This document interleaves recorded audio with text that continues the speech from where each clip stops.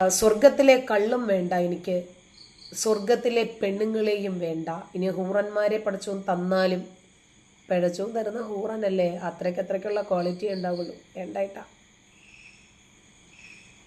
നമുക്ക് വേണ്ട.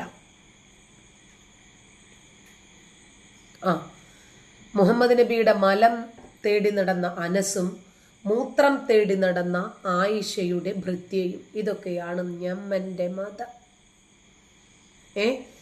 നബിയുടെ ശുക്ലം വിട്ടിട്ടുണ്ടോ? വിയർപ്പ് വിട്ടിട്ടുണ്ടോ? തുപ്പല് വിട്ടിട്ടുണ്ടോ? മലം വിട്ടിട്ടുണ്ടോ? മൂത്രം വിട്ടിട്ടുണ്ടോ? ഇനി എന്തെങ്കിലുമൊക്കെ ഉണ്ടോടെ ശരീരത്തിൽ നിന്ന് ഊറ്റിയെടുക്കാൻ? ഇതൊന്നും വിടാത്ത ഈ കൗമ്, ഈ സമുദായം വന്നിട്ട് നമ്മളെ മര്യാദ പഠിപ്പിക്കാൻ. മുടി അതും വിട്ടിട്ടില്ല. അതെ, ശരിയാണ് നിഷാദെ. നബിയുടെ എന്തെങ്കിലും ഒരു സാധനം നിങ്ങൾ വിട്ടിട്ടുണ്ടോടെ? മലവും മൂത്രവും ഒന്ന് കാണാൻ കൊതിയോടെ അനസ് 14 വർഷം നബിയുടെ മൂലം നോക്കി നടന്നു. നബിയുടെ മൂലത്തിൽ നിന്ന് ഈ സുനാമി താഴെ വരുന്നതും ഭൂമി വിഴുങ്ങാറായിരുന്നു പതിവ്. നാണം ഇല്ലല്ലോടെ നിനക്കൊക്കെ? നാണം ഉണ്ടോടെ നിനക്കൊക്കെ?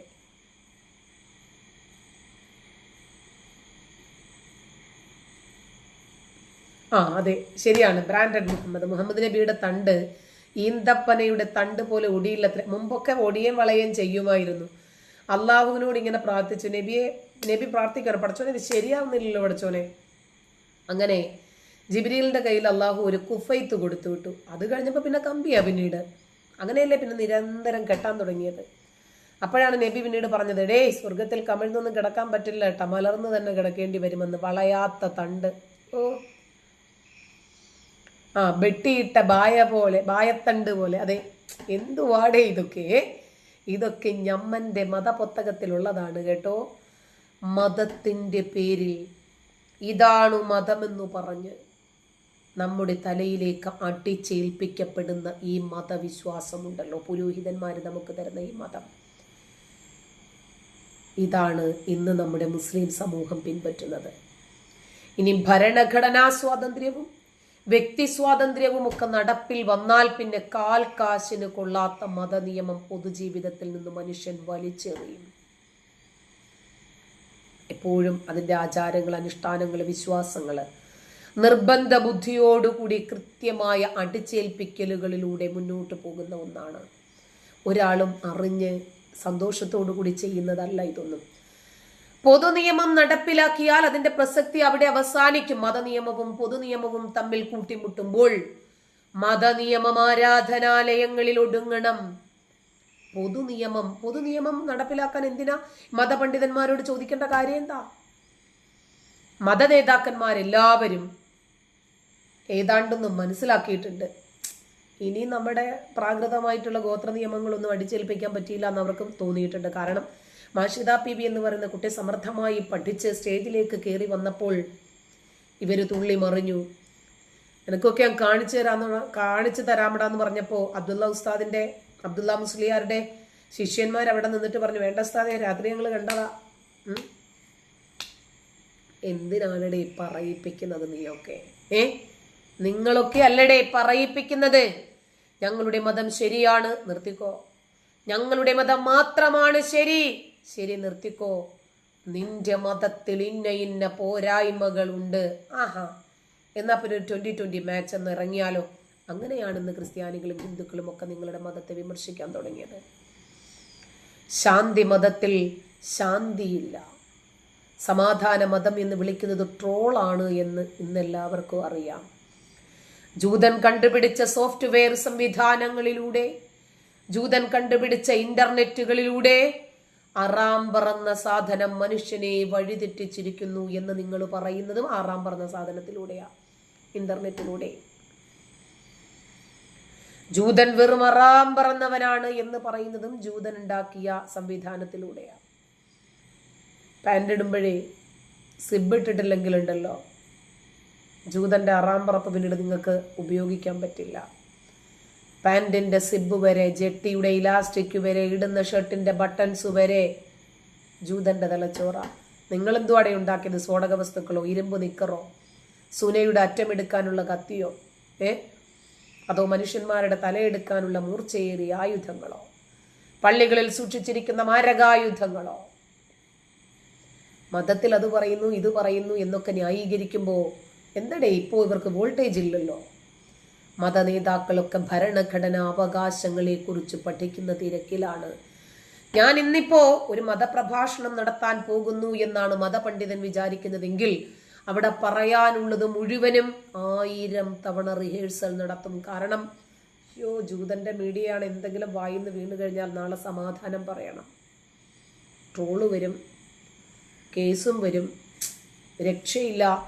അതുകൊണ്ട് 1000 തവണ പഠിച്ച് വായിച്ചു മനസ്സിലാക്കിയിട്ട് മാത്രമാണ് ഇന്നൊരു മതപണ്ഡിതന് പബ്ലിക്കിൽ വന്നിട്ട് ക്ലാസ് എടുക്കാൻ പറ്റുന്നത്. അതുകൊണ്ടാണ് ഇന്ന് ജിന്ന് ചികിത്സയൊക്കെ തൽക്കാലം മാറ്റിവെച്ചിരിക്കുന്നത്. വാതിലിലും ജനലിലുമൊക്കെ ജിന്നുകൾ കുടുങ്ങി മരിക്കുമെന്നും, ജനല് നമ്മുടെ മേശവലിപ്പ് തുറന്നാല് പതിയെ അടയ്ക്കണം, ഇടയ്ക്ക് ജിന്നുകൾ കുടുങ്ങിപ്പോകുമെന്ന്, ചൂടുവെള്ളമെടുത്ത് മുറ്റത്തേക്ക് ഒഴിക്കുമ്പോൾ സൂക്ഷിച്ചൊഴിക്കണം, അവിടെ ജിന്നുകൾ വന്നിരിക്കുമെന്ന്. ആ ജിന്നുകൾ എങ്ങാനും നമ്മുടെ കൈ കൊണ്ട് ചത്താൽ അവരെല്ലാം കൂടെ പ്രതികാരം ചെയ്യാൻ വരുന്നത്. എന്തോന്നിടേ ഇതൊക്കെ? റോഡ് മുറിച്ച് കിടക്കുമ്പോ നല്ല ജിന്നുകൾ വന്ന് നമ്മളെ പിടിച്ച് അപ്പുറത്തോട്ടാക്കി തരുമെന്ന്, നല്ല ജിന്ന് നമ്മളെ വിളിച്ചെഴുന്നേൽപ്പിച്ച് സുബഹി നമസ്കരിക്കാൻ വിടുമെന്ന്, നല്ല ജിന്നിനെ സുഹൃത്തായി കിട്ടണേ അല്ലാ എന്ന് പ്രാർത്ഥിച്ചുകൊണ്ടിരിക്കാൻ ഇവിടെ മൗലവിമാര്. എന്തുവാടേ ഇതൊക്കെ? നിങ്ങൾ എന്ത് പിടിച്ചു നിൽക്കാൻ വേണ്ടിയിട്ട് പറഞ്ഞാലും ശരി, ഈ രാജ്യം പിടിച്ചു നിൽക്കുന്നത് ഭരണഘടനയില്ല. നിങ്ങളുടെ 6-ാം നൂറ്റാണ്ടിന്റെ മുത്തുച്ചിപ്പിയെ വെല്ലുന്ന പാളക്കിതാബുകളൊക്കെ ഇന്ന് തലയ്ക്കകത്ത് ആളുതാമസമുള്ള മനുഷ്യർ വലിച്ചെറിഞ്ഞു. അവർക്കിന്ന് അതൊന്നും വേണ്ടേ. എന്തുകൊണ്ടാണെന്നറിയാമോ? നിങ്ങളുടെ വിവരക്കേടുകൾ എന്താണ് എന്നിന്ന് ജനങ്ങൾ തിരിച്ചറിഞ്ഞതുകൊണ്ട്. അവർക്കിന്ന് കൃത്യമായിട്ട് മനസ്സിലായിട്ടുണ്ട് എന്താണ് മതം, നിങ്ങൾ എന്താണ് ഉദ്ദേശിക്കുന്നത് എന്ന്. ഇപ്പൊ കണ്ടില്ലേ, ഇവിടെ പ്രസംഗിക്കാൻ വരുന്ന മൂല്യന്മാരുടെ കയ്യിലൊക്കെ പ്രബോധനം ഉണ്ട്, എൻ്റെ കയ്യിലും ഉണ്ട്. അതാണ് അവരുടെ വിജയം. സാഹിത്യം അവർ നമ്മളെ അത്രമാത്രം സ്വാധീനിച്ചിട്ടുണ്ട്. പല സുന്നി മൂല്യന്മാരും വെള്ളിയാഴ്ച പ്രസംഗിക്കുന്ന പ്രസംഗങ്ങളിൽ വരെ ജമാഅത്തിന്റെ ആശയം കടന്നു വരാറുണ്ട്. ശരിയായൊരു മുർഷിദില്ലാത്ത ഉസ്താദിന്റെ ശിഷ്യന്മാര്, അങ്ങനെയുള്ള മൂല്യന്മാർ പ്രസംഗിച്ചാൽ ജമാഅത്തെ ഇസ്ലാമിയുടെ ആശയം ഇവർ പ്രസംഗിക്കും. അത്രയേ ഉള്ളൂ. അരിയാർ കാസിം എന്നൊക്കെ പറഞ്ഞ് മുമ്പ് പ്രബോധനത്തിൽ വന്ന ലേഖനത്തിൽ ആ വാക്ക് അങ്ങനെ തന്നെ ഉണ്ട്. അയാളുടെ സ്വന്തം അല്ല അത്. ഇവിടെ ഉണ്ട്, എൻ്റെ കയ്യിലുണ്ടാ പ്രബോധനം, വായിക്കാൻ കഴിവില്ലാത്തതുകൊണ്ട് ഞാൻ വായിക്കണില്ല. ആ വാക്ക് അതേപോലെ അയാളടുത്ത് പറഞ്ഞാണ്, അല്ലാണ്ട് അയാളുടെ സ്വന്തം അല്ല. മുർഷിദില്ലാത്ത കുഴപ്പം. ഒരു ഉസ്താദ് ഒരു മോലിയനാകണമെങ്കിൽ ഒരു കോളേജിൽ നിന്ന് ബിരുദം കിട്ടിയതുകൊണ്ട് ഒരാൾ അലിമൊന്നും ആവില്ല. നല്ലൊരു മുർഷിദ് ഉണ്ടാവണം, എന്നാലേ രക്ഷപ്പെടും. നല്ല ഒരു ഗൈഡ് ഉണ്ടാകണമെന്ന്, വഴികാട്ടി ഉണ്ടാകണമെന്ന്, നല്ല ഒരു അധ്യാപകൻ ഉണ്ടാകണമെന്ന്, എന്നാലേ അലിയാർ കാസിമിയെ പോലെയുള്ള ആളുകളെ ഉസ്താദുമാരായിട്ട് അംഗീകരിക്കത്തുള്ളെന്ന് നിങ്ങൾക്ക് രോഗം മനസ്സിലായില്ലല്ലോ. അതായത് ഇന്ന് ഖുർആനും ഹദീസും വന്ന് പബ്ലിക്കിൽ മൈക്കിന്റെ മുമ്പിൽ പറയാൻ പറ്റത്തില്ല. നമ്മളെ പോലെയുള്ളവർ പിച്ചിക്കീറി വെയിലത്ത് വെച്ച് ഒട്ടിക്കും. അതുകൊണ്ട് തൽക്കാലം ഇവർ പരസ്പരം ചെളിവാരി എറിയുക. നമ്മൾ വേണ്ട ഇപ്പം ഇത് പൊളിച്ചെടുക്കാൻ, ഇവർ തന്നെ മതി.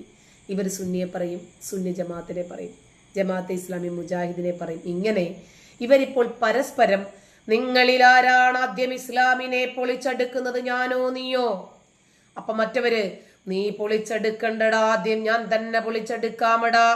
അങ്ങനെ ഇവര് പരസ്പരം ആരാണ് ആദ്യം എന്ന രൂപത്തിൽ മത്സരിക്കുവാണ്. അപ്പോഴാകുമ്പോൾ ട്രോളില്ലല്ലോ, അപ്പോഴാകുമ്പോൾ കേസ് വരില്ലല്ലോ, ഒരുപാട് വിമർശനങ്ങൾ അനുഭവിക്കേണ്ടിയും വരത്തില്ലല്ലോ. ഇവര് പരസ്പരം ഇന്ന് ചെയ്തുകൊണ്ടിരിക്കുന്നത് മലർന്നു കിടന്ന് തുപ്പല. അതിലുള്ള